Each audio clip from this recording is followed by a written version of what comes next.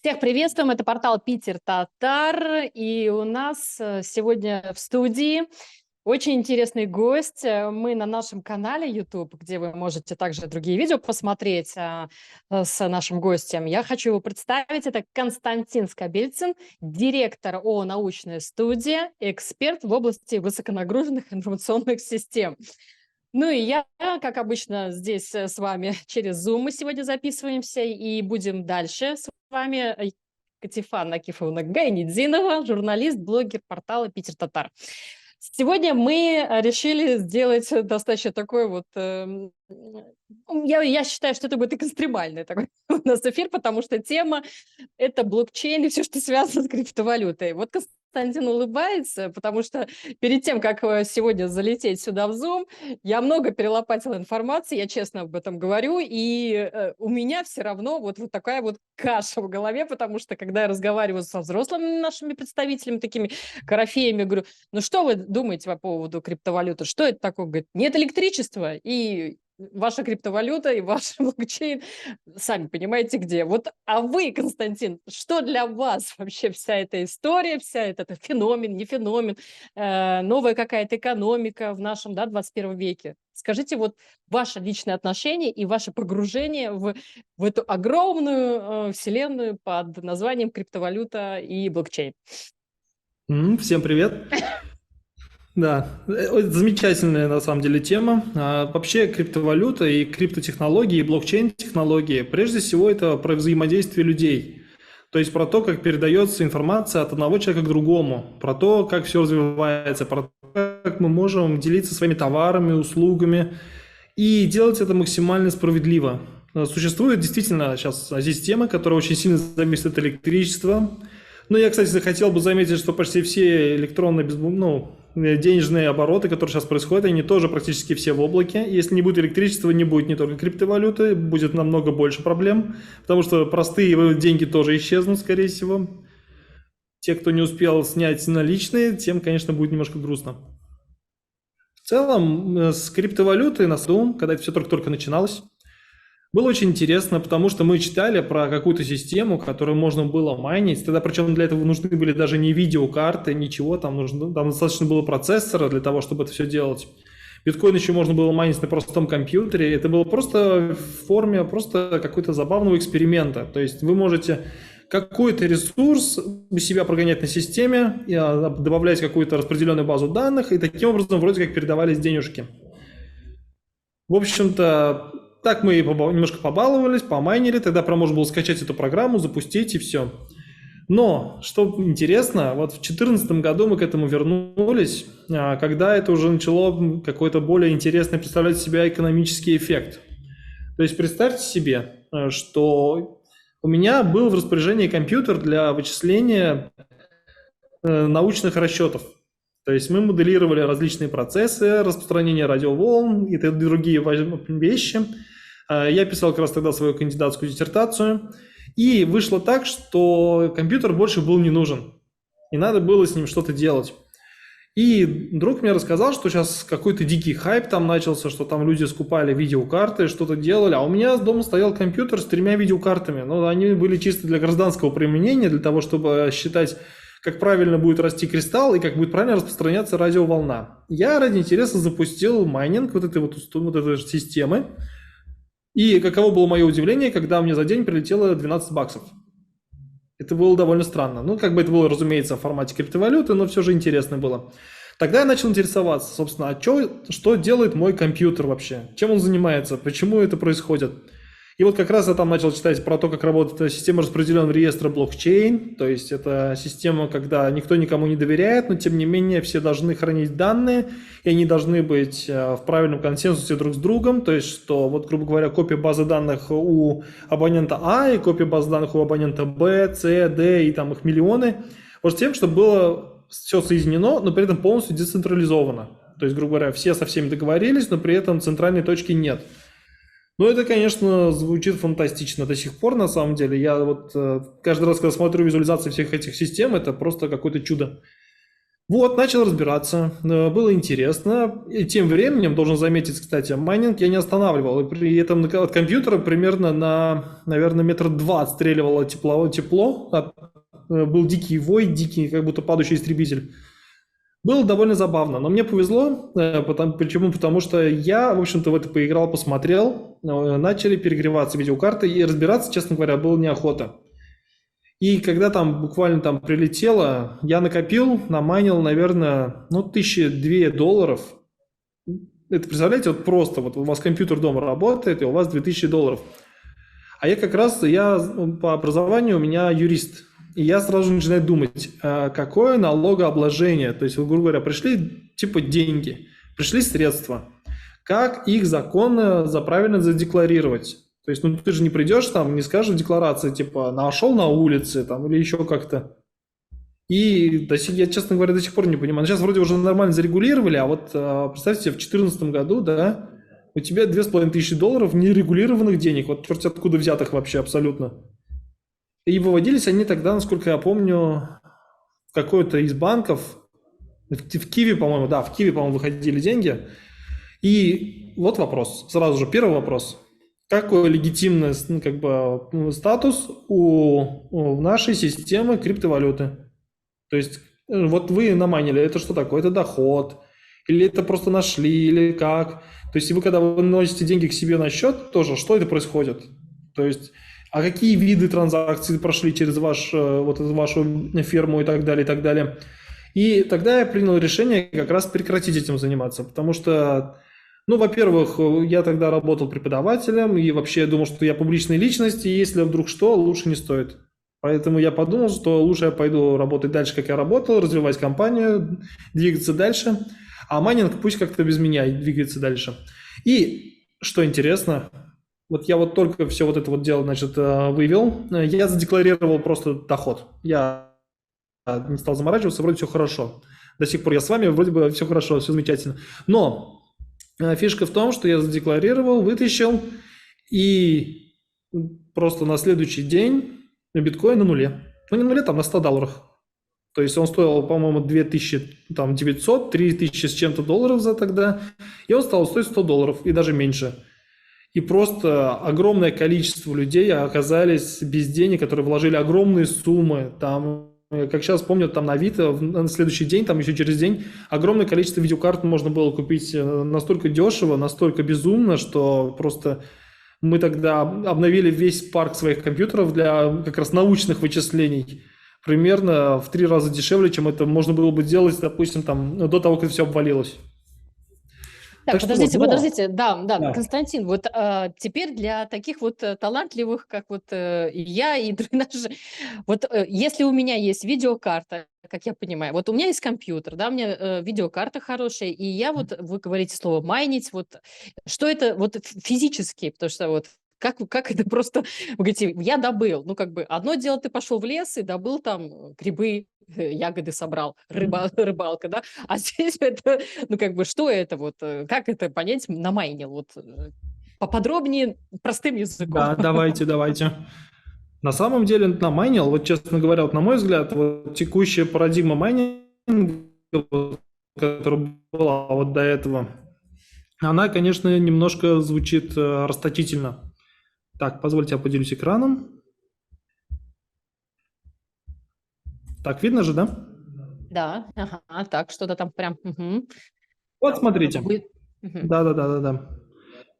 Значит, первый подход, на самом деле, есть несколько видов майнингов. То есть, грубо говоря, что такое майнинг? Вот у вас есть так называемый блокчейн. Значит, что такое блокчейн? Разумеется, это вещь, которая состоит из блоков. Это следует из названия. Значит, что же такое майнинг? Очень важно понимать. Вот смотрите. Значит, вот у нас, допустим, есть вот блок. Значит, это в блоке просто содержится список транзакций, которые у нас происходят. Вот, то есть, грубо говоря, вот у нас есть человек по имени А, так? Человек по имени Б. И я сейчас очень упрощенно объясню, но просто чтобы было понятно. Значит, человек по имени А и человек по имени Б. Допустим, А хочет передать Б, ну, пусть будет там богатый человек, 1 биткоин, например, так, 1 Б. Вот. Хотят передать. Значит, что для этого нужно? Разумеется, каждый из них устанавливает себе так называемые электронные кошельки, то есть это специальная программа для того, чтобы записывать данные в блокчейн. Но фишка в том, что вот эта вот транзакция, она пишется в формате какого-то текста, то есть, грубо говоря, там на А, значит, отправляет Б, значит, там 1 биткоин, допустим, ну или какой-то любой другой коин, любая другая вещь. Вот, таких транзакций их на самом деле будет очень большое множество. То есть она не одна, она их не две, там, их, допустим, пусть будет там, ну, у нас в данном случае 4. Вот. Вот мы формируем блок. Мы говорим, мы создаем новый блок, значит, который состоит вот из этих вот вещей. Так, сейчас я только это сделал, о, красота. Вот. Вот мы формируем этот блок. Значит, чтобы система приняла вот этот блок, мы должны сделать на него электронную подпись. То есть, чтобы оно хоть как-то выглядело. Вот, как делается эта электронная подпись? Значит, мы говорим, что у нас есть, значит, вот эти вот данные. На самом деле, вот эти данные, разумеется, это просто нули и единички, это очевидно. Я просто сейчас на шар накидаю. Нули и единички. Значит, нули и единички, вот их так вот много. Но фишка в том, что вот эти нули и единички сами по себе, это просто шум. Они ничем не подтверждены. То есть, если мы кому-то скажем, что у нас, допустим, есть куча таких вот переходов, то люди скажут, ну и что? А я вот могу там у себя в Excel еще что-нибудь написать или еще что-нибудь. Поэтому, когда мы отправляем вот этот блок в сеть, мы берем, значит, содержимое предыдущего блока, то есть какие-то другие параметры. Давайте я их покрашу в красный цвет, чтобы было понятно. Вот. Мы берем вот это содержимое блока, добавляем вот сюда. Значит, мы взяли данные предыдущего блока, взяли данные текущего блока, а потом нам надо как-то доказать, что вот эта вот система, что она рабочая, что вот эта вот система, она прям работает хорошо, и что она, самое главное, имеет уникальность, что она имеет право на существование. Поэтому нам надо добавить сюда какую-то подпись, то есть какое-то слово, какое-то число. Вот. Теперь, к сожалению, простите, пожалуйста, меня, дорогие зрители, но надо объяснить, что же такое хэш. Есть такая штука, как MD5 хэш. Значит, это у нас с вами система, которая принимает на вход неограниченную строку. Посмотрите. Вот, грубо говоря, я пишу слово там «Привет», «Привет», «Как дела?» Генерирую хэш. И вот появляется вот такая строчка. То есть она, допустим, вот так выглядит. Теперь я могу написать, например, я поставлю восклицательный знак, генерирую, хэш немножечко поменялся. Ну, вернее, как немножечко, он прям полностью поменялся. Возьму и букву «П» поменяю на, допустим, английскую букву «П». Отправляю, хэш снова поменялся. И суть в том, что этот алгоритм работает по такому алгоритму, что какой бы длины я сюда не отправил бы сообщение, он всегда будет создавать какой-то вот, значит, всегда будет создавать хэш одинаковой длины. Если вы сюда загрузите, допустим, сообщение длиной в миллиард слов, у вас все равно хэш будет вот такой длины небольшой. И фишка в том, что они все уникальные. То есть вероятность того, что хэши пересекутся, просто ничтожно мала. И что мы делаем? Мы берем, значит, вот это сообщение, добавляем вот сюда. Потом мы берем вот это сообщение, дописываем вот сюда.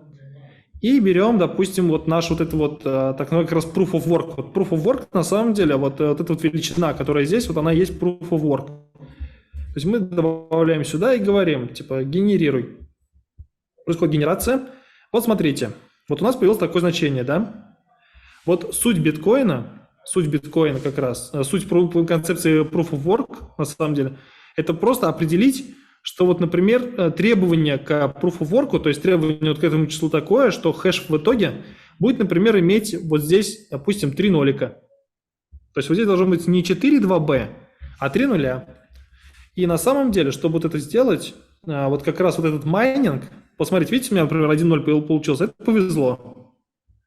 А если, например, 3 нуля, то мне надо здесь, допустим, перебрать не 2 варианта, не 3 варианта даже, а несколько сот тысяч вариантов.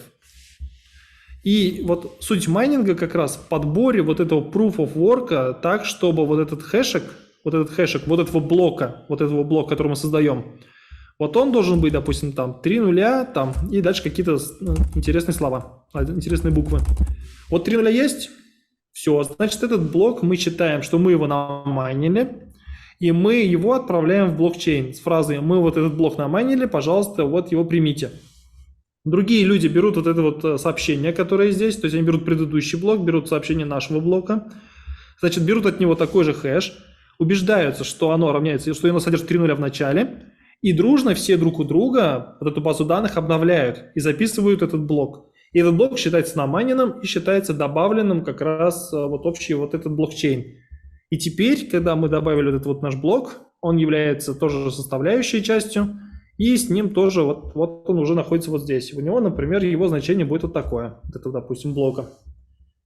Потом начинается следующий блок, какой-то еще особенный. И еще раз добавляется proof of work. И суть в том, что благодаря тому, что вот эта сложность, она высокая, на один блок уходит примерно 10 минут. В системе, пусть будет там даже если несколько десятков тысяч блоков, чтобы вот эту систему пошатнуть, нам придется затратить время, равное 1 миллиону часов, ну, чтобы взломать блокчейн. Вот.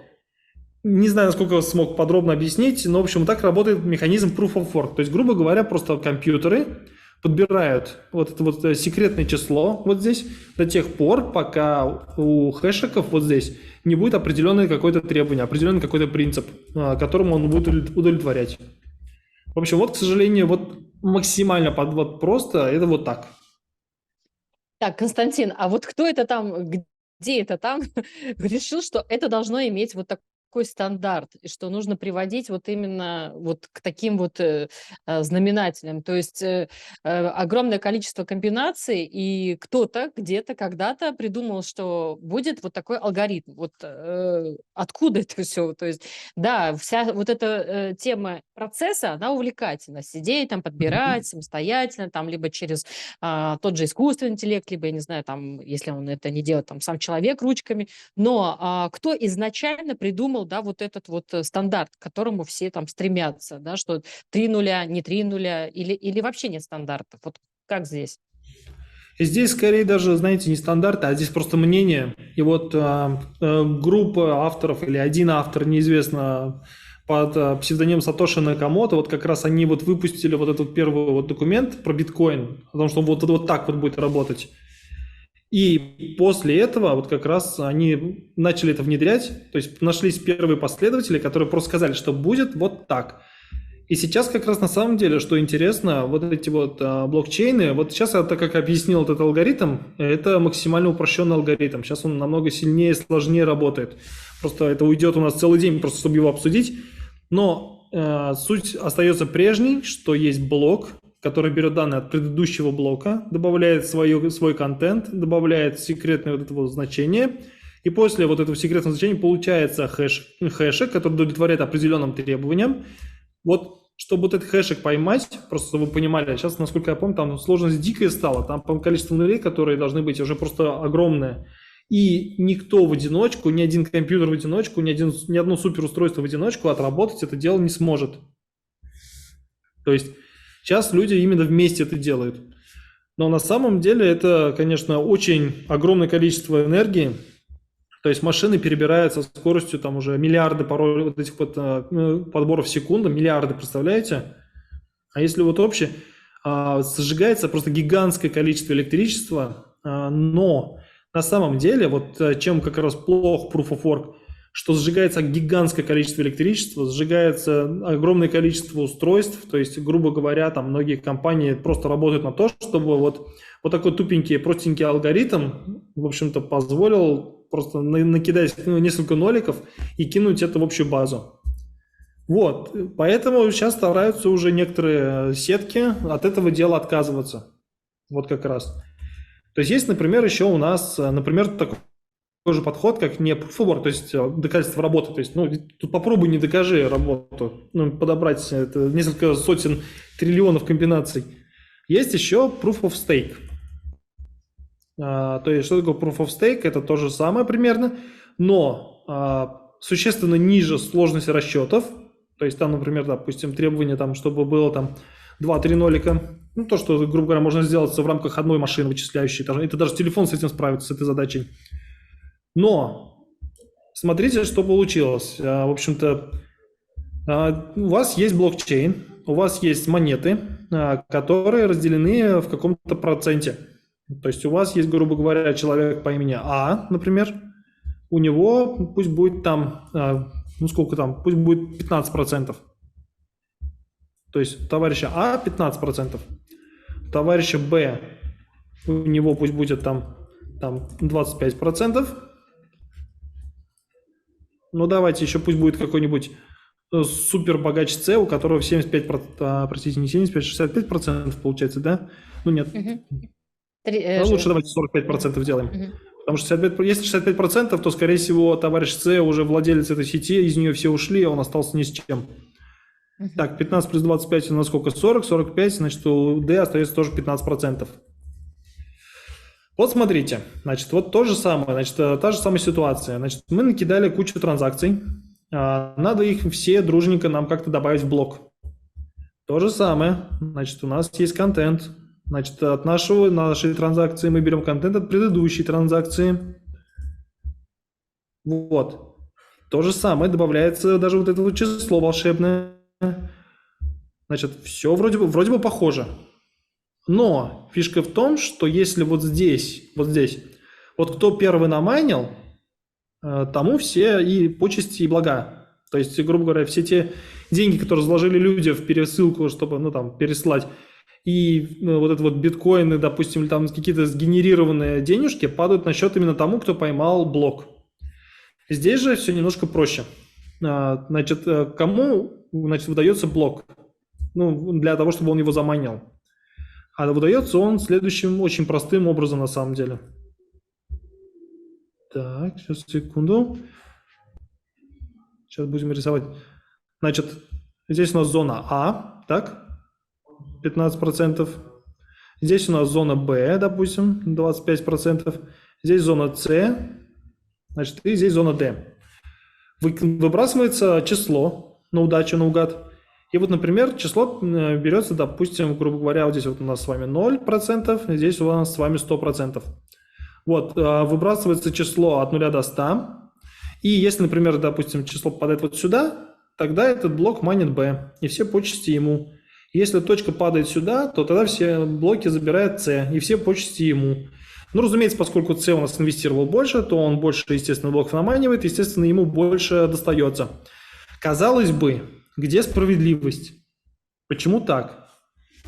Ну, то есть, грубо говоря, те, у кого меньше всего, будут майнить меньше блоков, соответственно, те, у кого больше, те будут майнить больше блоков, соответственно, будут получать больше денег. На самом деле это было придумано не для того, чтобы раскидать справедливость, это было придумано ради того, чтобы просто прекратить вот эту вот безумную гонку за машинами, вот это вот видеокарты сожженные, там специальные устройства сожженные. То есть вот здесь, вот в этом этапе, все равно тот, у кого больше ресурсов, купит больше устройств, и у него будет, естественно, все равно больше майниться. То есть по большому счету примерно то же самое, что и здесь. Просто если здесь, например, сжигается огромное количество данных, и у вас, например, вот сама вот сеть, допустим, тот же самый биткоин, это же просто гигантское количество вот этих вот суперсистем. Тут даже была история недавно вот у нас, буквально в Казани, у человека зажглась квартира из-за того, что у него там майнерская ферма стояла. Так что это вообще не шутки на самом деле. Вот когда вот в те старые времена я слышал историю, как там товарищ поставил себе домой 30 компьютеров каких-то супермощных и сжег проводку в доме вообще. То есть, ну, это тоже, ну, это бред. Это откровенно прям бред. Так быть не должно. И вот поэтому как раз начинает переходить вот постепенно вот к этому решению, который типа более экономичный. Но, дорогие коллеги, вот мое личное мнение, да, что вот этот подход, он, конечно, понятный, он правильный, то есть, но, опять же, все равно он не несет никакой пользы, он вообще не бесполезен с точки зрения вот вычислений, просто компьютер стоит и гоняет циферки туда-сюда. Ну, такой себе на самом деле. Поэтому, коллеги, если вы позволите, буквально хотел бы маленькое свое мнение сюда внести, если не против. Конечно, вы к какому-то такому, умозаключению, а потом мы Да. еще там, да, вопросы. Ага. Есть такое вычисление, вот как раз поскольку у меня все-таки физическое образование, одно из самых основных, то, разумеется, существует огромное количество задач по расчету, именно математическому моделированию настоящих, реальных, жизненно важных процессов. Это расшифровка генома старения, это, допустим, расшифровка различных каких-то вот ограничений, это оптимизация процессов, это моделирование каких-то интересных вещей. То есть, ну, какие-то полезные данные, социально значимые, которые можно было бы на самом деле вот этим безумным количеством расчетов уже давно было бы, скорее всего, можно решить. Возможно, даже можно было бы уже обучать нейросетки. И вот что предлагается. Значит, есть Proof of Research, такая концепция, она уже тоже существует, она уже тоже описана. И суть Proof of Research заключается в том, что у вас, когда есть какой-то блочек, то к этому блочку, значит, добавляется именно математическая задача, то есть, допустим, решение какого-то суперсложного уравнения.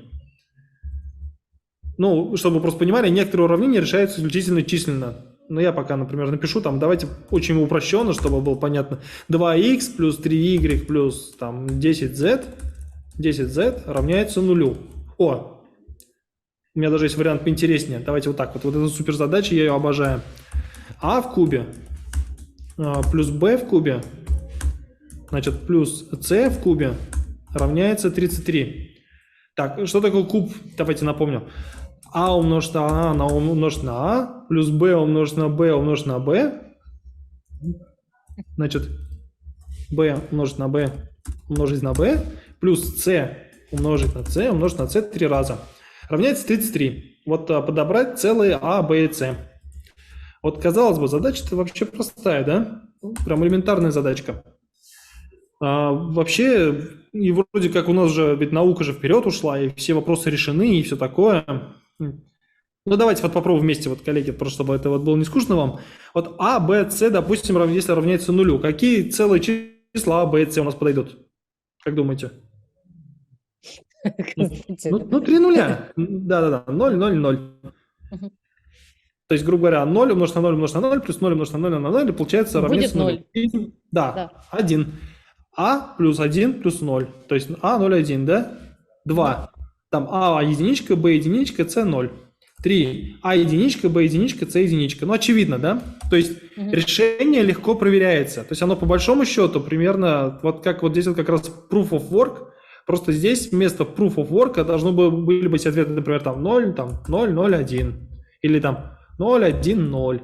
И так далее, и так далее. Вот. Но несмотря на всю кажущуюся простоту этой задачи, когда здесь равняется 33, человечество решило эту задачу, вот целые числа b и c, только в позапрошлом году.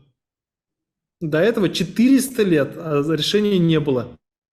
Вы можете это представить? Вот. И на самом деле есть куча решений, куча задач, которые требуют такого же решения. То есть есть прям супер важные исследования. Это причем математические проблемы в открытом доступе. Там, грубо говоря, за решение этой задачи там была награда $15 тысяч. Понимаете? То есть, и вот майнеры могли бы вместо того, чтобы вот заниматься вот этими вот просто подборами хэшев, да, тоже, конечно, безусловно, классная история, классная идея, но они могли бы нести хоть какую-то прям полезную, ощутимо полезную пользу. И вот этого вот пока, к сожалению, нету. Я лично очень бы хотел, конечно, вот чтобы это было вот так. Вот. Это вот мое личное мнение. Так, теперь мы пришли к ситуации, что существует вот эта сфера деятельности майнить, и что те люди, у которых дома типа фермы, они могут на лопатки положить чуть ли не как бы электроэнергию всего дома, да, и вплоть до Да. какой-то драматический там пожар. А вы также сказали, что те, у кого есть эти ресурсы, да, большие такие промышленные фермы, и они могут все это дело в промышленном масштабе генерировать, да, вот всю эту инфраструктуру поддерживать, то в чем здесь тогда ситуация, когда мы говорили про децентрализацию и про то, что это, ну, как бы такая, можно сказать, демократичная, да, система взаимодействия, когда туда можно и деньги, да, обычные переводить вот в крипту. Вот кто вообще в целом вот решает, вот написал ту дорожную карту, что вот 1 рубль будет стоить там или 1 доллар будет стоить столько-то, вот всю эту вот карту, да, составил. И вот эти люди, да, вот вместо России вот в этой, во всей, ну, будем так говорить, индустрии, вот можно поподробнее вот чуть-чуть Мгм. подсветить эту тему? Да, на самом деле централизации, к счастью, как таковой пока еще не происходит. То есть это не сидит человек, который там один, там, два, три человека, которые все раздают. То есть как раз вот такие подходы, вот эти вот подходы могут быть только тогда, когда у вас уже большое количество ресурсов, они уже более-менее распределены, вот тогда этим всем можно пользоваться. Потому что вот здесь, например, вот если Proof of Work, это, грубо говоря, это биткоин, Proof of Stake – это теперь эфириум. Может, слышали про такую систему? Вот, Proof of Research пока, к сожалению, не существует, поэтому мы ее пока делаем прозрачной. Мгм. А сколько вообще вот этих всех, будем говорить, вот подошел к тебе там на улице какой-то человек и говорит, купи у меня токен, и ты такой: «А сколько стоит?» Вот вообще, возможно ли эта ситуация? И вот по-хорошему какие-то есть токены, биткоины, вот можете чуть-чуть вот в этом плане какой-то такой тоже раскидать Мгм. там структуру? Ну вот токены как раз, это вот, грубо говоря, адрес вот в сети, к которому у вас есть доступ, то есть от имени которого вы можете подписывать транзакции.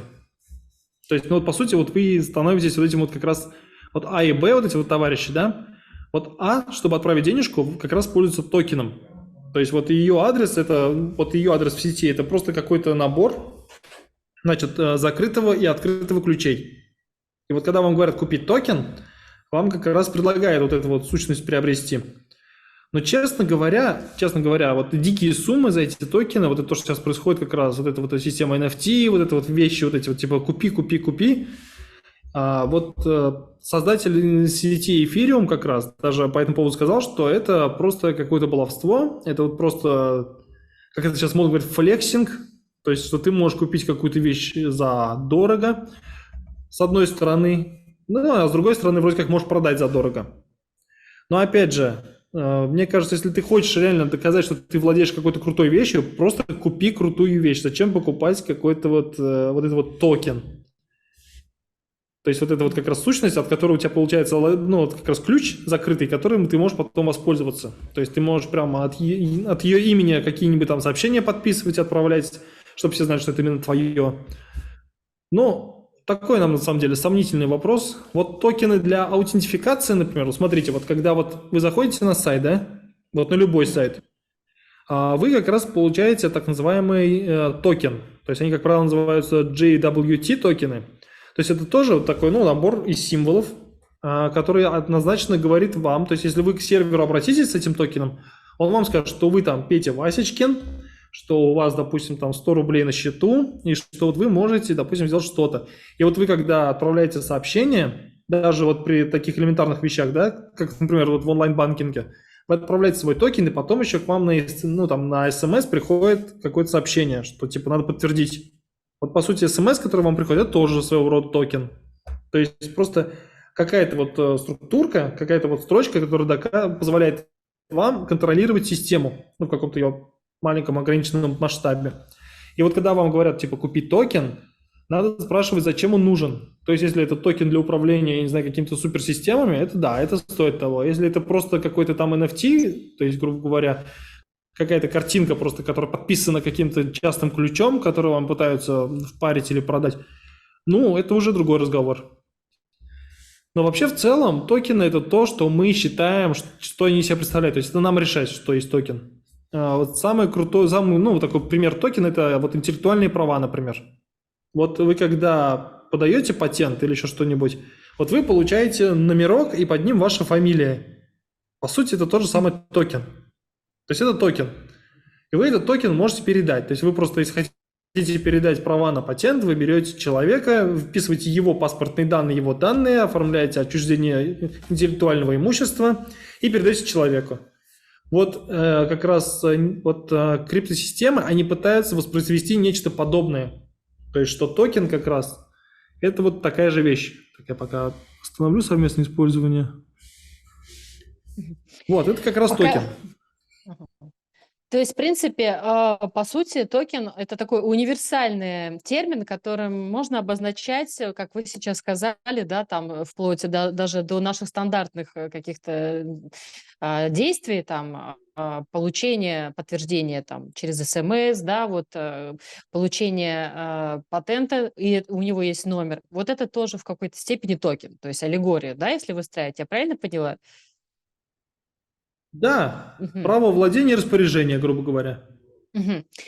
Хорошо, вот теперь вот такой момент. Вот что должно произойти, как вообще, в принципе, у человека, у которого есть вот стандартная какая-то вот, да, там финансовая там какая-то сумма, и вот он хочет ее там решил куда-то ее закинуть, как это происходит? То есть это он должен какое-то скачать приложение, что это, как-то это вот выбрать, вот это как, если мы привыкли, мы идем там в обменник, идем в банк и понимаем, что вот здесь вот эта вот структура, она будет мне в этом содействовать, как я могу разобраться, кто мне поможет в онлайн? То есть вот, да, захожу в интернет, что мне нужно?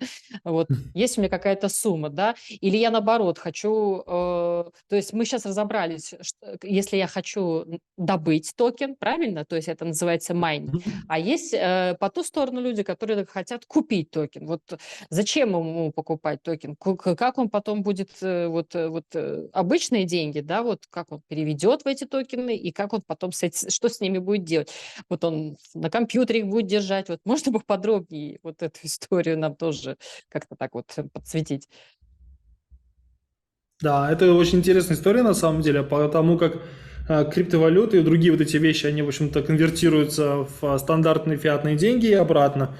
Существует на самом деле куча вариантов, как это можно произвести. Желательно это делать все-таки легальным способом. Но если вдруг вы почитаете книжку Кевина Митника о безопасности, современной вот информбезопасности, там, в общем, рассказывается вплоть до того, что вот те, кто вот есть люди, которые майнят биткоины и майнят вот все вещи, они их просто создают эти вот так называемые wallet, как раз токены, wallet, записывают их на флешку вместе с закрытыми ключами и просто идут и за наличные продают. То есть реально, то есть берут прям флешку и продают ее за большую сумму денег, равную стоимости вот в криптовалюте. Вот это вот как раз реально ее стоимость на текущее время. А кто может подтвердить, что, Так что ну, вот, как бы вот это, и да, вот это, ага. Что на флешке, ну, реально ценная вот эта, да, вот комбинация этих цифр, вот этого, этих токенов, вот то, что он на майне, вот есть какая-то вот структура, которая может сказать, вот это есть истина, а вот это вот подмена понятий в этом плане. Здесь вопрос, вопрос вот в чем. Мы, когда понимаем, что вот есть деньги настоящие, там есть защищенные, да, какие-то на нем водяные знаки и так далее. Вот кто здесь подтвердит, что с этим токеном все в порядке? И есть ли такая какая-то структура, которая ставит, ну, как бы, да, знак качества, вот, подтверждает? Или это вот еще пока все в таком формируется, в таком режиме? это на самом деле дикий запад. Это прям Ага. дикий-дикий запад. Потому что, значит, вот до этого я рассказал, что у нас были люди, которые, ну вот существовали люди, которые могли продавать именно флешки. Разумеется, они могли обмануть. Это тут уже прямо это... Может, знаешь, слышали историю про то, как монетки продавали просто в переходах, типа купи биткоин. Ну да, ну Да. такой обман. А вот еще есть онлайн всевозможные биржи. То есть, грубо говоря, место, куда вы можете зайти, денежка спишется у вас прям с карточки и зачислится на ваш там криптокошелек, который привязан к вашей как раз бирже. Мгм. Во-первых, вопрос, когда у вас покупалось с этого, там никакого чека не выбивали они, в общем, это уходило куда-то в непонятную сторону денежка. Мы попробовали один раз и все, и больше не хотим. Сейчас вроде как сейчас становится тоже получше, потому что существуют уже устоявшиеся биржи, там Binance и другие, где ты загоняешь данные своего паспорта, чуть ли не свой ИНН записываешь туда. То есть уже все более-менее зарегулировано. Но самое интересное, что раньше, вот когда были вот эти вот биржи, было прям чуть ли не модой эту биржу, значит, определенно капитализировать. Значит, на бирже лежат все ваши кошельки, все ваши электронные вот эти вот как раз денежки. И все эти денежки через какое-то время все крались создателями биржи, и они просто исчезали. То есть это прям было нормально, потому что первое падение биткоина это была одна биржа там обвалилась, второе падение биткоина вторая биржа обвалилась, а потом другие биржи тоже обваливались, потом, правда, этих людей все равно находили, ну потому что, а это уже прям, прям супер преступники там, прям, потому что масштабы дикие, это раз. А во-вторых, вот чем хорош как раз биткоин и другие вещи с криптовалютой, многие транзакции можно отследить, и они в открытом доступе. Блокчейн же в открытом доступе. То есть вы, например, знаете, что у вас там на кошельке таком-то лежат ваши деньги. Вдруг владелец, человек убегает с вашими данными кошелька, и вы же можете посмотреть, куда эти деньги идут дальше, и дальше, и дальше, и дальше, и дальше. И отследить можно, в принципе, путь ваших денежек, докуда вам нужно. То есть это в открытом доступе. То есть в этом как раз вот сила этой системы, которую, к сожалению... Хорошо. Да. Да, вот хорошо, вот я следила, то есть, да, вот этот след остался, да, вот по поводу вот куда. Физически-то этот человек, как его найти? То есть он уже может положить этот вот, флешку тоже или вот, да, носитель, на котором это все, да, вот зафиксировалось. Или это где-то в облаке висит? Вот я вот до сих пор никак не могу вот материальный мир, да, с виртуальным вот как-то в своей голове структурировать. То есть получается, что мы говорим про вот генерацию этих цифр, вот этого кода, токена. Дальше кто-то купил их, да, обменял на фиатные, как вы говорите, деньги, и дальше что? Вот у меня какая-то флешка, на которой я вот после этого перевода что-то имею. И вот она вот как с этим? То есть если я деньги положила в кошелек физически, я Мгм. понимаю, что я открыла, посмотрела, пересчитала. Кто-то подошел, украл, да, либо это на счету кто-то взломал там, я не знаю, там банк, да, и вынес эти физические деньги. Здесь это как происходит? То есть а, домен, да, регистрируется домен, существует хостинг. Давайте вот, да, от элементарного, да, вот те Мгм. люди, которые, да, и вот он на этом домене, на этом хостинге сделал биржу, и там происходят какие-то операции, да, вот с учетом, вот этой механики. А в целом-то вот он собрал деньги, и как понять, он собрал их? Вот.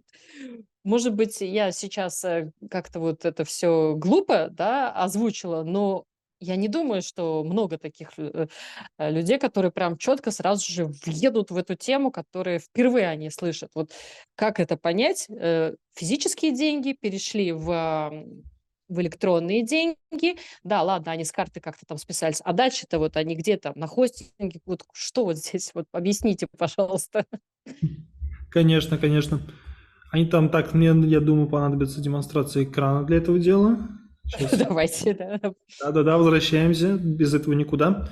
Смотрите, во-первых, значит, надо понять, что же такое ваш, значит, криптокошелек и вообще, что это такое и где оно все лежит. Вот смотрите, вот у нас с вами блокчейн, да, лежит где-то там далеко.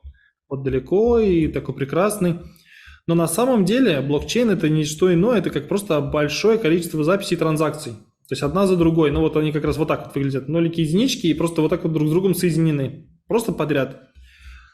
Вот, когда вы хотите сделать транзакцию, то есть, допустим, значит, вас зовут, значит, А, вы хотите отправить денежку Б, то важно понимать, что... Нет, денежку, это у нас Б. Вот, значит, если вы хотите отправить денежку Б, то что вы делаете? Значит, у вас есть какой-то ваш электронный кошелек. У него есть пара, значит, открытый ключ, и закрытый ключ. Значит, и закрытый ключ. Закрытый ключ. Ну, еще адрес в сети, разумеется, который является, на самом деле, открытым ключом. Вот смотрите. Значит, это называется асимметричное шифрование. Значит, вы берете и пишете сообщение, например, там отправить Б, там, 100 рублей, пусть будет даже рублей. Ну, или там биткоинов, пусть будет биткоинов. 100 биткоинов. Значит, отправить B 100 биткоинов. Дальше вы это сообщение подписываете своим закрытым ключом. То есть ключ, который есть только у вас, его больше ни у кого нет. Вот только у вас. Вы его подписываете, и он у вас становится подписанный вот таким образом. То есть какое-то значение имеет. Вот так зашифрован. Дальше. Когда вот это, значит, вот это сообщение, вот эту транзакцию, вот это вот звездочки, вы вкидываете сюда вот как раз в блокчейн. То есть вы через специальный адрес направляете и говорите: я хочу, чтобы исполнили вот эту команду. Дальше. Значит, майнер. Значит, майнер в данном случае берет вашу вот эту транзакцию, значит, и смотрит, что вы ее отправили, ну, что отправил ее там, значит, человек по имени А. Он берет ваш открытый ключ, значит, применяет ваш открытый ключ, значит, открытый ключ, и получает сообщение: отправить Б 100 биткоинов. То есть, и таким образом он знает, что вот с ключа номер А, значит, снять надо Б 100 биткоинов. Дальше он проверяет уже, сколько у вас денег на счету, вот именно на вашей записи.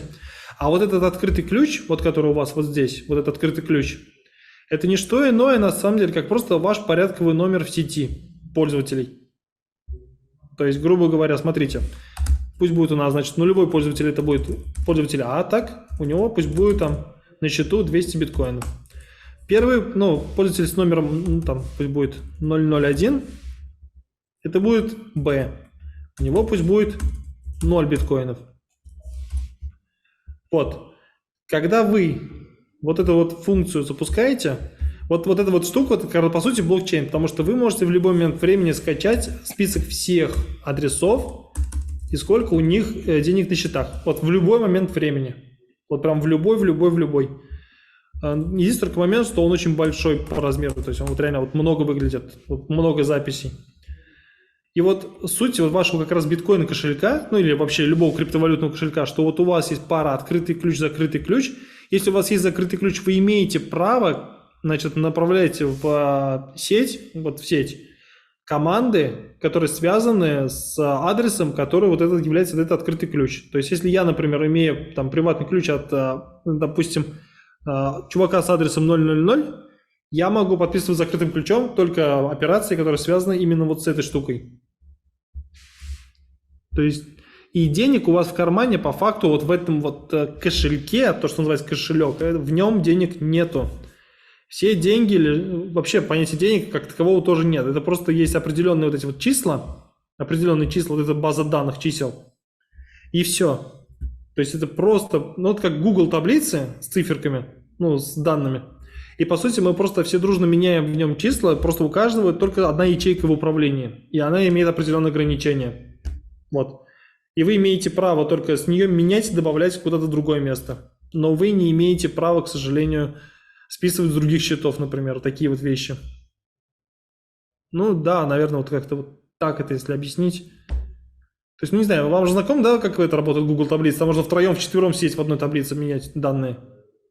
Да, вот когда они меняются, здесь момент такой, что я поменяла, в это время кто-то это зафиксировал, то есть, ну, как бы где-то это все, ну, Да. отражается, то есть, где? Где это отражается? Вот, смотрите, значит, у вас есть набор, вот это как раз майнеров, у майнеров и отражается, то есть суть майнеров, что и большая такая сеть, есть так называемый, значит, memory pool,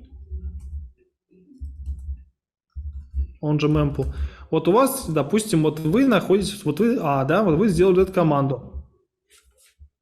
Значит, вот вы сделали эту команду, команда направляется, допустим, вот сюда, так? Мгм. Вот, а дальше майнеры начинают друг с другом делиться этой командой. Мгм. То есть они друг с другом делятся. То есть вот эту команду, вот эту вот штуку, она разделяется между всеми узлами. То есть они друг с другом делятся.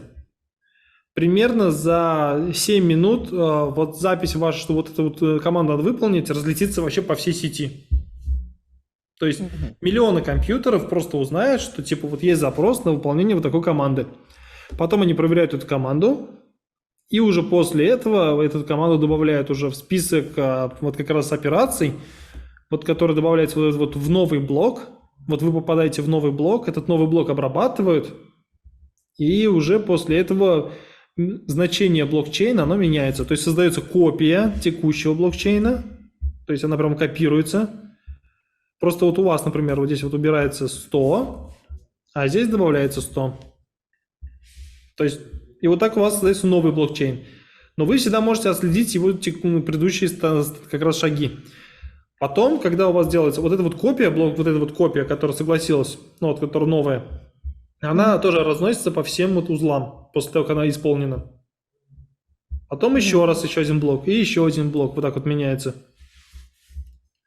Ну, Я правильно довольно долго. понимаю? Да. Да, я вот смотрите, то есть получается есть общая, ну будем так говорить, да, примитивно, таблица, в которой Да. есть ячейки, и эта таблица, она может расшириться, добавится Расширяется, ячейка, или да. она, да, то есть она, а до какого предела она может расшириться? Нет предела. То есть она расширяется А, до безумия. мгм. И тогда, получается, каждый человек может и майнить, и, в общем-то, является участником расширения этой, да, таблицы, да, вот своими действиями там. А вот эти, кто ставят, да, вот, ну, как бы вот проверяют, да, вот они по цепочке передают. Вот там тоже вот эти участники увеличиваются, или вот они вот как-то вот сформировались, вот, чтобы там оказаться? Кем нужно быть? Какой путь, чтобы, например, оказаться вот в этой уже бригаде? Мгм, мгм. Ну, на самом деле, я, честно говоря, не советовал бы в ту бригаду пока лезть, потому что там все равно не все понятно. А так, участники майнеры увеличиваются. Сейчас можно покупать даже какие-то прям онлайн эти, прям майнинг-фермы, и какие-то такие решения есть куча. Но, честно говоря, вот мое, вот на мой взгляд, все-таки как-то это немножко непонятно, как это работает, вот, ну, с точки зрения того, что ты просто гоняешь свой компьютер, ну, не компьютер, там уже какая-то супервычислительная система, но ты ничего не производишь и ничего не создаешь. Ты просто, грубо говоря, отрабатываешь чужие транзакции и на этом немножко навариваешься. Все-таки я, честно говоря, сторонник того, чтобы вот эта вот криптосистема, она стала чуть более полезной, что ли. Потому что вот в текущий момент, ну, не знаю, вот мне, например, совесть немножко не позволяет просто включить компьютер, грубо говоря, гонять данные ради того, чтобы там на какую-то копеечку зарабатывать. Ну, и не говоря о Опять же, том, да, да, опять же, вы когда гоняете данные, вы же прожигаете электричество, и, да. ну, как бы вот, ага.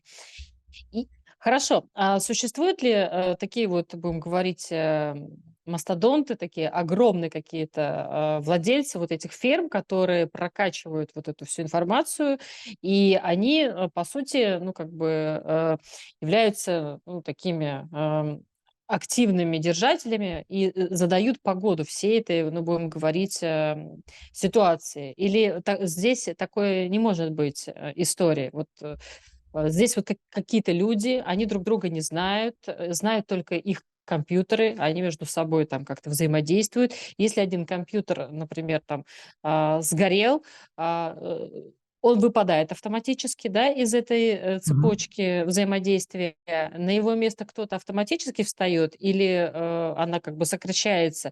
И это вот, да, вот, ну, часть вопроса. И вторая, а если тот, кто вот, ну, как бы более масштабно, да, большими такими объемами, вот просто-напросто решает, закрывает все эти вопросы. Вот. Ну, тут на самом деле довольно интересно. То, что масштабный, я уверен, что есть большие игроки. То есть я видел много передач там в Ютубе о том, как просто огромные заводы стоят, работающие по этим майнинг-фермам, просто гигантские, безусловно. К сожалению, никого лично не знаю, но я слышал, что сейчас их как раз в Китае запретили, потому что они слишком много прожигают, и их всех оттуда выдворили. Где они все приземлились, мне неизвестно, но я думаю, что логично, что где-нибудь у нас, потому что у нас все-таки с энергетикой хорошо, и пока это наша экосистема может себе такое позволить. Не говоря о том, что у нас уже самый навороченный интернет. Вот. А вот чтобы можно было это как-то централизовать, ну, как только кто-то это централизует в одни руки, то криптовалюта, которой он управляет, Будет, по сути, нужна только человек, кто все это дело централизовал. Соответственно, Мгм. все дружно оттуда выходят, и он остается один со всеми этими вот, как бы, вот этими единицами денег, которые нужны только ему одному. По сути, Так, потерял все. мгм. Тогда что получается? Вот, ну, как бы здесь вот по поводу безопасности мы, да, говорили о том, что вот открытый код и все такое.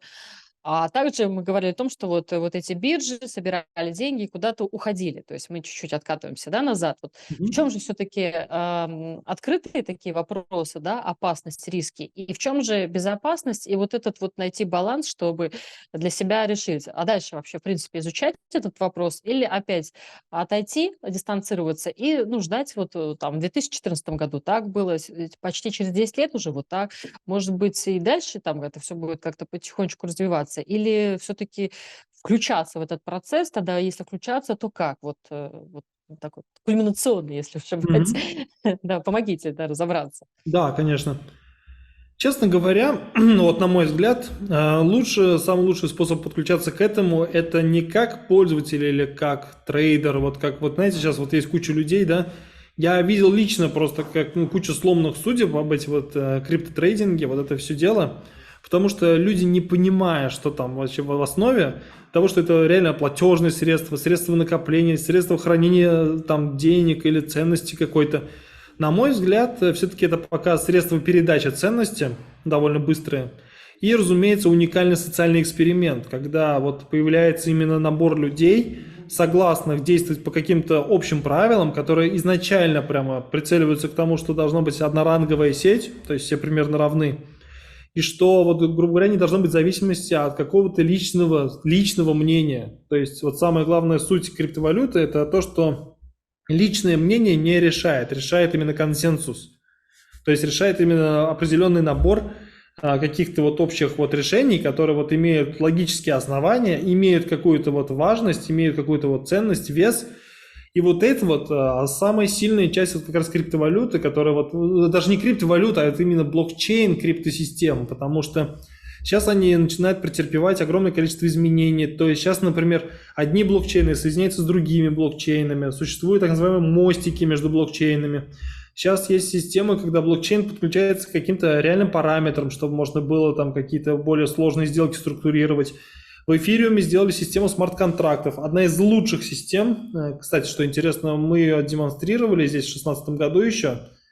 Тоже похожую систему. Для того, что предлагали это использовать как раз для того, чтобы можно было писать супер смарт-контракты, например, для систем мониторинга или для, например, вопросов по страхованию. То есть мы предлагали, например, использовать смарт-контракты. Вот когда человек ездит на машине, там стоит у него специально вот гироскоп же в телефоне, значит, он смотрит на то, как ездит, ну, какая манера вождения у водителя. Если человек ездит спокойно, нет смысла там брать с него, допустим, большую сумму, можно уменьшать сумму. И это все решает машина, смарт-контракт. То есть, что такое вообще смарт-контракт? Что просто было вкратце. Вы можете в Мгм. блокчейн скинуть код, дать ему денежку, он крутится где-то там, и программа сама решает, сама принимает деньги, сама отдает деньги, сама все делает. Вы к этому не имеете никакого отношения, то есть вы ее запустили, вы не можете из нее там произвольно денежку вывести, если, ну, конечно, вы этого не написали. Но при этом код смарт-контракта всем открытый, все понимают, что вы там делаете. То есть если у вас хорошая, понятная программа, все с вами работают. Если нет, то не работают. И вот как раз суть вот этой вот криптосистемы, как раз что собирается большое количество инициативных, умных людей, которые создают средства для социального распределения блага, которое становится наиболее оптимальным. Но при этом, к сожалению, создается вот этот вот элемент ростовщичества, когда люди хотят просто купить вот эту вот криптовалюту и внезапно стать миллиардерами. Так не работает. То есть все мечтают там купить какой-нибудь там один биткоин, чтобы там через какое-то время он стал там миллиардером просто на пустом месте. Нет, так не будет, потому что, ну, вы можете представить, что приходит к вам человек, да, у вас там, допустим, там, ну, дом, машины, там, еще что-нибудь, и просто говорит, вот у меня, говорит, есть криптовалюта, давай, короче, половину твоего дома, половину машины, вот мне за криптовалюту отдавай. Ну, нет, это бред. Так что я думаю, что самое интересное мы еще будем наблюдать, но то, что это социальный эксперимент удавшийся, это уже очевидно, то, что огромное количество людей вовлечено в это, они это развивают, причем это разработчики, это юристы, это экономисты, это и политические деятели. То есть реально очень интересно создать машину, которая не зависит от личного мнения и при этом максимально справедливо перераспределяет благо. Вообще звучит круто. Ну, Но это как вообще, да, да, это? как это, Вот да. это как раз та Вот, самая машина. Но, к мгм. сожалению, как это все касается разработки программного обеспечения, разумеется, есть свои баги, есть свои косяки, разумеется, спотыкается. Вот, например, у них есть большая проблема сейчас по как раз масштабируемости, потому что блокчейн захлебывается, он становится слишком большим, и создаются уже копии блокчейнов, которые просто блокчейны предыдущие отстреливают, как ненужный балласт, и просто двигаются дальше. То есть тот же самый эфириум, например, вот сейчас уже эфириум 2, грубо говоря, если существует с 15 сентября, сейчас уже они готовят следующий этап. То есть, когда, например, там Proof of Work они отсоединили, Proof of Stake поставили, сейчас они будут добавлять еще возможность интеграции с другими вот как раз блокчейнами. Вот это вот все надо зарегулировать, это все должно быть понятно, это все должно быть прозрачно. Этому надо еще всему всех обучить, внедрить, подключить и так далее, и так далее. Я уже не говорю про такие сущности, как стейблкоины, всякие security коины и так далее, и так далее, и так далее. Сейчас потому что на каждый чих есть свой коин на самом деле. Там даже, если, Мгм. может, помните, была такая штука, там какая-то... Ты вот ходишь с телефоном, он записывает шаги, и это тоже создает свою криптовалюту, тоже какие-то коины начисляются, они тоже чего-то стоят. В общем, на самом деле мы приходим как раз к тому, что начинается так называемая как раз вот стадия капитализма, когда можно купить все за все. То есть, например, раньше, например, сколько вопросов, вот, например, да? Вот сколько стульев вот из дома Васи Пупкина стоит машина Петра Петровича? И вот криптовалюта как раз приходит к тому, что они позволяют посчитать все. То есть вот к этому все идет. Но чтобы это было правильно, все должно распределяться максимально справедливо. И вот для этого как раз нужны механизмы, которые вот это вот как раз ростовщичество, вот эти вот все переходы, торговлю и так далее, переведет на новый уровень. И вот к этому еще предстоит двигаться, потому что текущие скорости, например, криптовалют низкие, ценность вот этого Proof of Work тоже довольно низкая на самом деле. То есть вот это все требует какого-то своего решения, какой-то своей вот полезной вот этой вот нагрузки, полезных решений, проблемных решений. Ну и, разумеется, конечно, из самого очевидного, из, к сожалению, последних событий, которые сейчас происходят, некоторые вещи, например, прям рекомендуют уже прям в открытую покупать через криптовалюту, если вот надо что-то за бугром приобрести. Мгм. Но, кстати, справедливости ради, я должен заметить, что без VPN сайт bitcoin.org недоступен. Это, Вот. кстати, тоже повод задуматься. Здесь тогда мы приходим к чему? К тому, что для человека, который будет слушать наш эфир, да, он что для себя вот в сухом остатке поймет? Что существует серьезная такая, да, вот существует процесс, да, в виртуальной цифровой реальности. Там есть те, которые хотят на этом озолотиться и нечестным образом, ну, как и везде, да, есть мошенники. Есть те, кто, наоборот, работает в направлении именно социализации для того, чтобы это было экологично, да, и свой интеллектуальный ресурс, свое время туда подключает. И для, ну, как бы того, чтобы вот как мы начинали майнить, ну, как бы сейчас это лучше не делать, вот эти все, Нет. да, схемы, да, там спекулятивные. Когда вы затронули тему смарт-контракта, здесь вот, ну, по поводу страхования и так далее, здесь нужно будет понимать, что существуют специалисты, которые могут написать этот смарт-контракт, понять, что за проект. И те люди, которые тоже горят идеей сделать вообще, в принципе, всю эту систему, правильно называть, блокчейн или криптовалют. Вот как вот блокчейн, да, система блокчейна, правильно? Блокчейн. Да.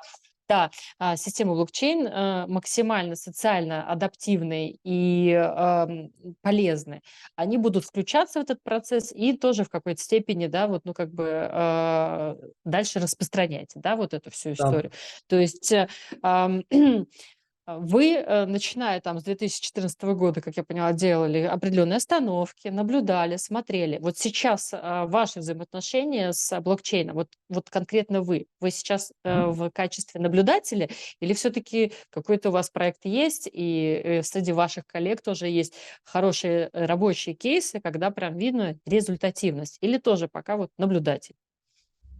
Мы писали несколько частных блокчейн-хранилищ для некоторых, для наших клиентов, потому что там есть моменты, например, где надо, вот чтобы выполненные действия и выполненные записанные решения нельзя было ни в коем случае поменять.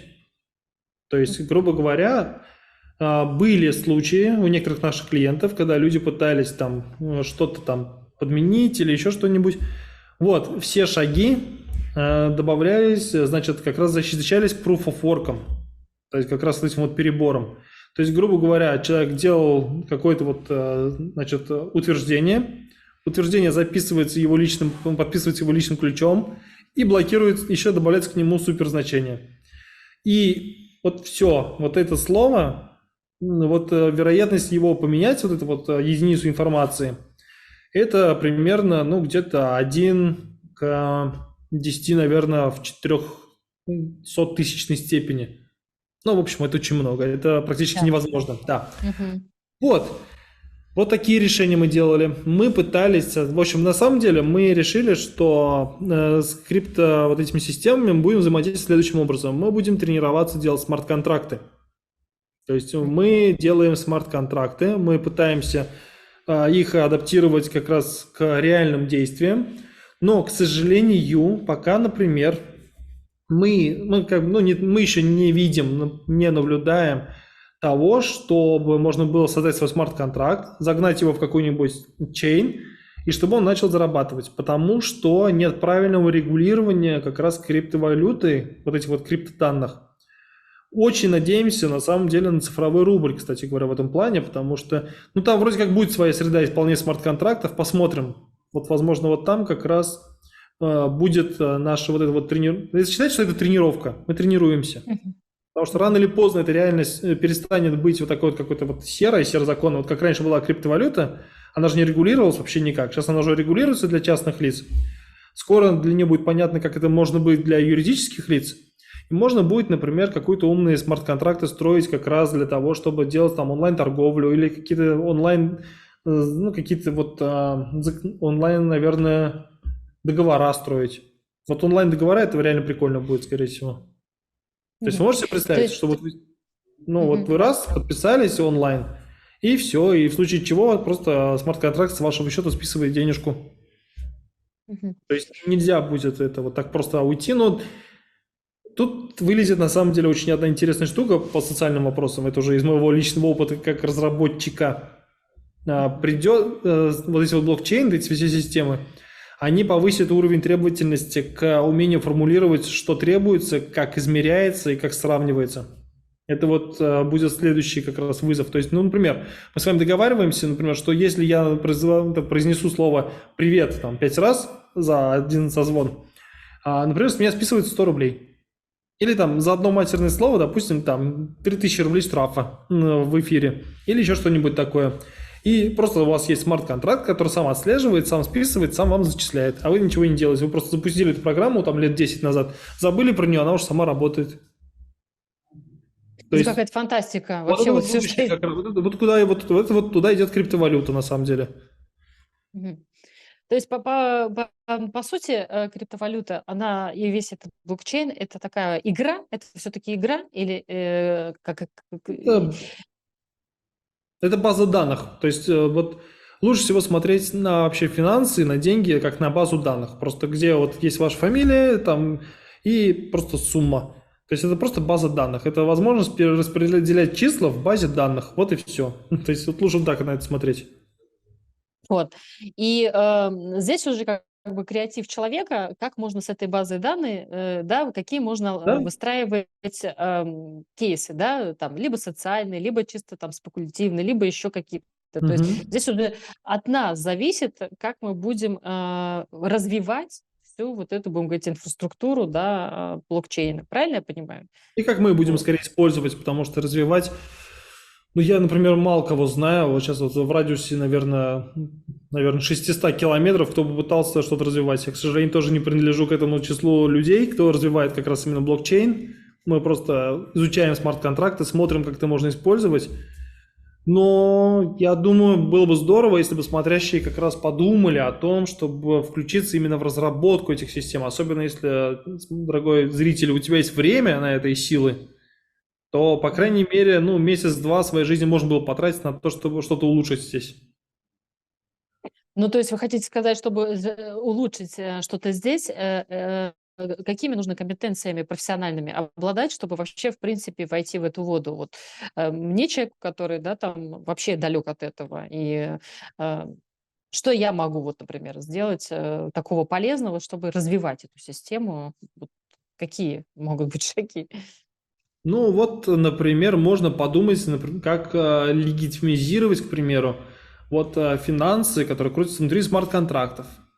Не уверен, что это будет очень легкая задача. Возможно, это даже будет касаться того, что он будет создать свою вообще, вот, свой блокчейн, вот какой-то, который вот, возможно, даже зарегулирован и даже, возможно, централизован, но зато позволяет создавать вот такие сущности. Или, например, можно подумать, чтобы, например, создавать какие-нибудь умные там смарт-контрактики на основе существующих чейнов, которые будут тоже нести какую-то пользу. То есть, например, можно сделать какой-нибудь смарт-контракт, который будет делать какое-то вычисление, допустим, вот как раз, ну вот в моем случае, допустим, вот физические вычисления, и люди смогут закидывать в него денежку, и он будет за счет этого ехать и считать дальше. Но, честно говоря, я пока не представляю, как это сделать, потому что там ограничение смарт-контракта 24 байта, кажется. Ну, в общем, это не очень большая, нет, наверное, килобайт, 24 килобайта, прошу прощения. 24 килобайта – это не очень большой кусочек кода, то есть там мало что можно вместить такое супер важное. Вот эти вот моменты, вот их надо как раз продумывать, прощупывать. Это вот задача для социологов прежде всего, то есть потому что надо понять, что есть такая вещь, как вот эти вот криптосистемы. Потом надо понять, что есть текущее вот общество, потом найти вот это вот их пересечение, а потом Мгм. надо найти, где это пересечение будет себя оправдывать. Вот. И у меня, честно говоря, моего персонального времени не хватает, чтобы вот решить эту задачку. Но вот интуиция мне подсказывает, что там что-то есть. Мгм. То есть я правильно понимаю, вот если я вдруг решила свой создать токен, я могу вообще создать свой токен, да? Или токен это вот опять же вот это это тире Мгм. майнить. Вот что такое создать свой токен? Вот могу ли я Ну, создать свой? да, конечно. Вы просто должны загуглить, создать токен, найти нужную платформу, нужный блокчейн, где вы хотели бы создать токен. Создаете этот токен, вот так нажимаете кнопку «Создать токен», получаете пару «Открытый ключ», «Закрытый ключ». Поздравляю, у вас есть токен. Но Да, дальше, да-да-да, а дальше. дальше, а дальше попробуйте его продать кому-нибудь. Да, да. То есть, Да-да-да. а этот токен, ну, как бы, когда он чем-то подкреплен, вот чем он может, как раз смарт-контрактом, да, как-то подкреплен, или это Нет, отдельно нет, как? нет, это чисто вы можете туда положить какой-нибудь, например, файлик. Ну, вот, например, вот это вот было же с NFT, вот эти вот веселые истории, когда люди брали токен, клали туда ссылку, Ага. продавали за огромную стоимость, а ссылка включала в себя название домена. Мгм. Срок владения доменом прекращался. Вот, да-да-да. Вот ссылка в токене, разумеется, всю свою ценность теряла, и Мгм. задорого купленный NFT токен просто становился пустышкой, потому что подкрепление, ну, просто один воздушный замок подкреплен другим воздушным замком. Вот. Да. Поэтому, да, давайте тогда вот здесь вот в целом подрезюмируем. На сегодняшний день тем людям, которые вообще далеки, да, вот на периферии всей этой вот блокчейн-системы, вот им продолжать читать, наблюдать лучше, или вот какой первый шаг им есть смысл сделать, чтобы это было и безопасно, и в то же время имело созидательную составляющую, как бы, да, развивающую. Вот что ему нужно делать? Вот послушал он наш эфир. Дальше что он Ну делает? да. Тут важно добавить, не является инвестиционной рекомендацией. Да-да-да, хорошо. Да-да-да. Да, это лично мое мнение. Мое личное мнение, что надо все-таки спокойно отслеживать, как это движется, потому что это реально уже становится красивым, и тренироваться именно пользоваться блокчейном. То есть не пытаться его как-то обыграть как-то на свою пользу, да, а научиться создавать что-то на нем, чтобы можно было производить какие-то интересные сущности, которые вот эту вот систему позволят работать. То есть вы можете представить себе, что вот у вас наступил вот этот день X, когда блокчейн, бум, стал важнее, чем какая-нибудь там финансовая система, или, например, там получил какую-то там легитимизацию или еще что-нибудь. Естественно, все ломанутся туда что-то использовать, что-то пытаться сделать. Вот как с интернетом это было. Вот был Google, был Яндекс, были компании, которые уже до этого уже, ну, еще до того, как интернет был супер популярен, уже что-то там насоздавали. И вот все приходят, залетают на ваш вот как раз смарт-контракт, начинают им активно пользоваться, и вы, бум, разбогатели. У вас какой-то есть супер импакт, который вы можете создать. Вот у меня модель вот следующего вот как раз развития. Потому что, ну, свой блокчейн запускать, но это сидеть, всех уговаривать, чтобы все сидели, это практически нереально. Плюс надо, чтобы было вот как раз окружение вот таких вот активных людей, которые способны это продвинуть. К сожалению, это, я думаю, не под... Ну, я думаю, что это не здесь, нигде я нахожусь. То есть это надо, чтобы были люди прям активные, активные. Питер, Москва, может быть, может. Ну, я думаю, ну, практика показала, да, жизнь показала, что тоже не совсем, конечно. Там тоже это все-таки раздвигается где-то в Китае, вот таких местах, где вот много людей, все хотят чего-то добиться, и все что-то снова создают. Но у нас все-таки пока фокус другой, поэтому я думаю, что самый простой вариант пока научиться пользоваться текущими вот как раз системами смарт-контрактов и блокчейна. Вот, просто научиться пользоваться, то есть просто знать, что вот если надо отправить денежку, там, допустим, это вот так. Если создать смарт-контракт, который будет делать что-то, это надо вот так. Есть куча так называемых тест-чейнов, тест-нетов. То есть что такое? Те же самые блокчейны, но они бесплатные. То есть там дешево все работает, деньги не настоящие, вы просто заходите, открываете себе кошелек, у вас там бум, сразу же там 100 единичек этой вот валюты, вы можете на ней что-то тестировать, отрабатывать.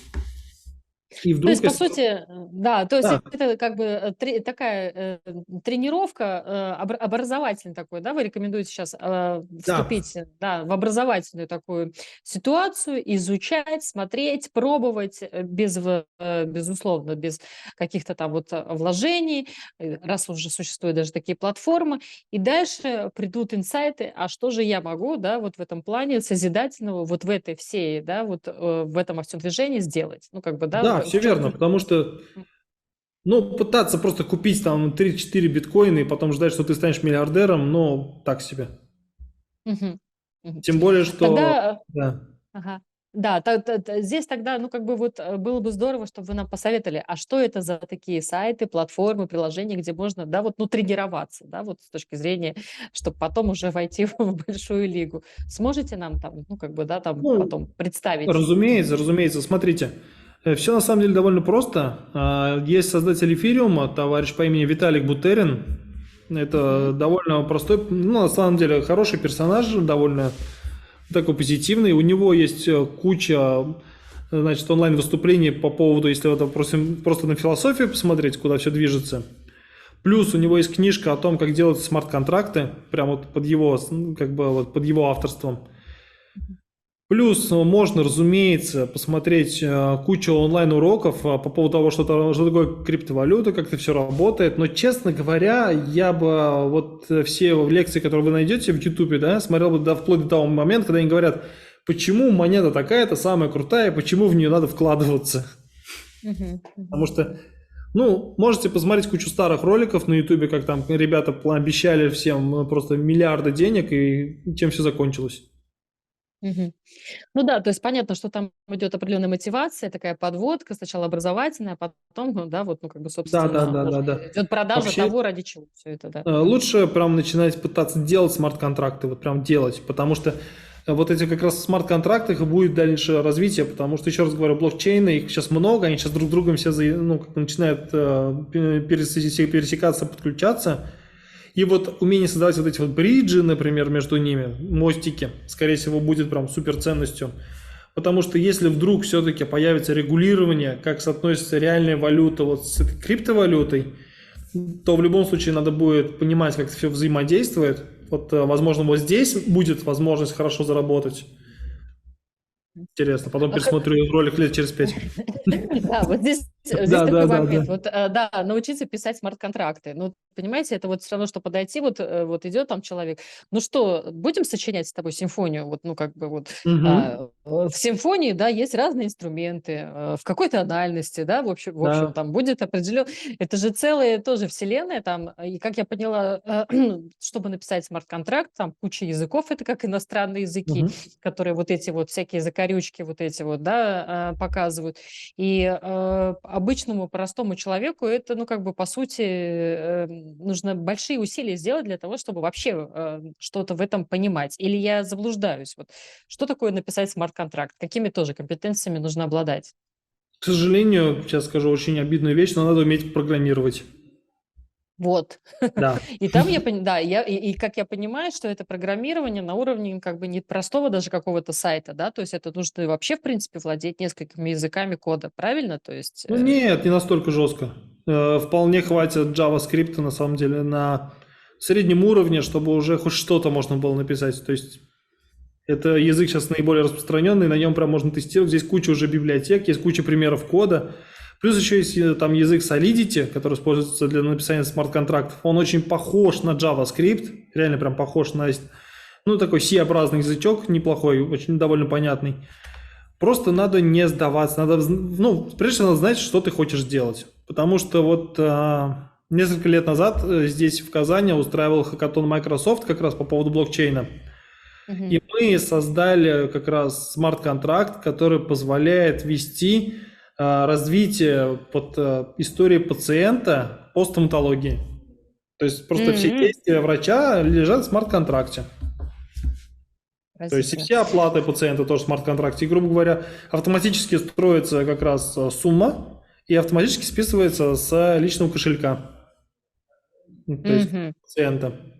То есть вот можете Ну себе вот, представить, что вот вы пришли, там что-то сделали, бам-бам-бам-бам, все само в смарт-контракт загоналось, все деньги сами автоматически списались, вы пошли дальше.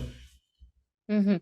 Ну вот как раз вы говорили про мостики, да, которые, видимо, там все это вот Да, да. состыковки, да, вот эти. Мгм.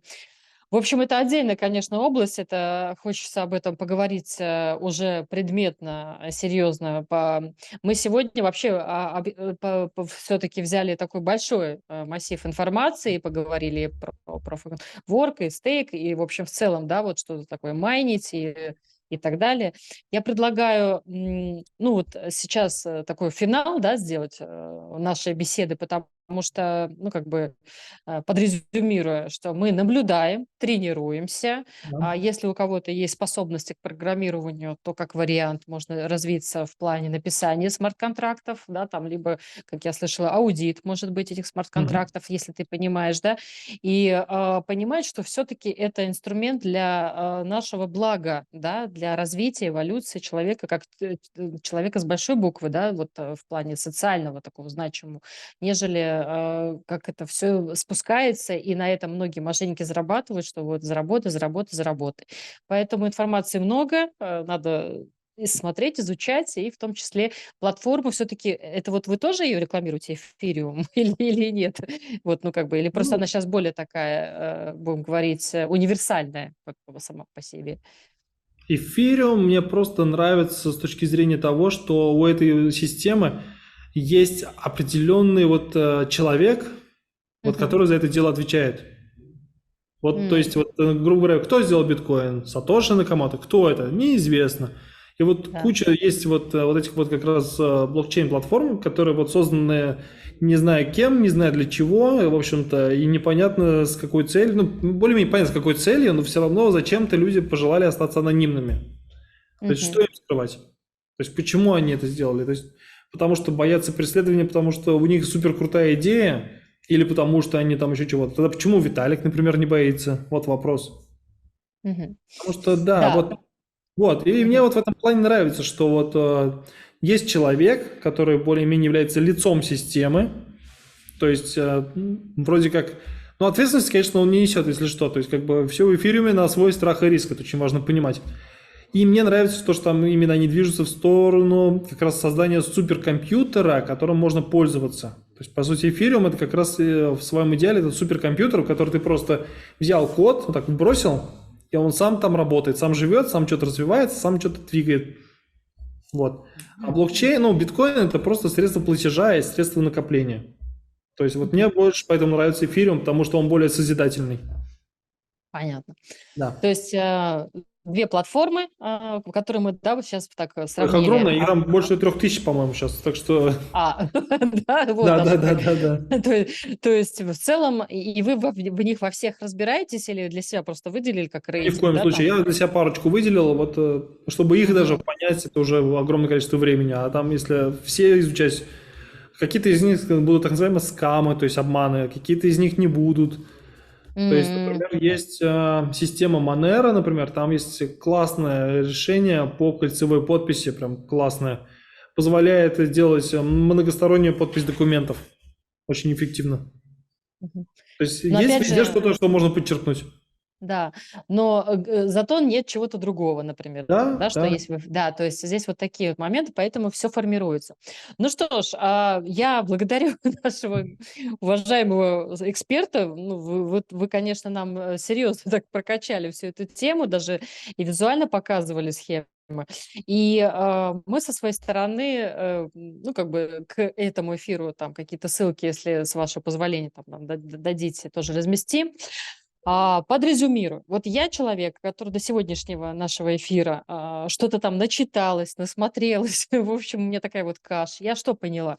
Что все-таки я наблюдаю. Если я, ну, как бы начинаю тренироваться, выбираю платформы, где это как бы без финансовых каких-то вложений, просто на уровне моего временного ресурса, Мгм. да, там, со своей стороны смотрю, все-таки наблюдаю за эфириумом, потому что там есть человек, который не скрывается, что он это все, да, вот создал и развивает это в созидательном направлении. И если будут появляться такие же, будем говорить, персоны, как он, да, вот Бутерин, фамилия, да, или Ну да, вроде правильно? как. Да. Вот. То мы, как бы, собственно, наблюдаем, как это дальше вот между собой развивается, начинает еще лучше взаимодействовать. А Константин, как первопроходец, можно вас так назвать, по уже регулированию с точки зрения и безопасности, и правового, да, поля. Вы вот поэтому для себя выбрали вот такую вот платформу смарт-контрактов, потому что все-таки это контракт, да, вот Да. к вашей основной, да, деятельности. И в этом плане, по идее, вот дальше будете в этом направлении развиваться. И если кому это интересно, кто знает языки там, ну, вообще программирование, может, в принципе, в какой-то степени с вами тоже выйти на коннект в плане, да, как вот Да, он дальше конечно, может всегда рады. созидать. Да. Ну что ж, Константин, благодарю за такую познавательную тоже лекцию. По сути, это получилась у нас такая, да, ну, как бы экскурс-лекция. И еще раз напомню, что с нами сегодня был Константин Скобельцин, директор ООО «Научная студия», а также эксперт в области разработки высоконагруженных вот, как раз таки информационных систем. Мы вас, надеюсь, не сильно нагрузили и будем дальше по возможности тоже Константина раскрывать ту или иную тему, которая будет иметь созидательный изначально, да, заряд внутри себя. Так что благодарим за внимание. Портал «Питер Татар» и я, Катифана Кифмагендинова. Мы до новых встреч в эфире. Благодарим, Константин. И вам Спасибо. тоже развития. Да.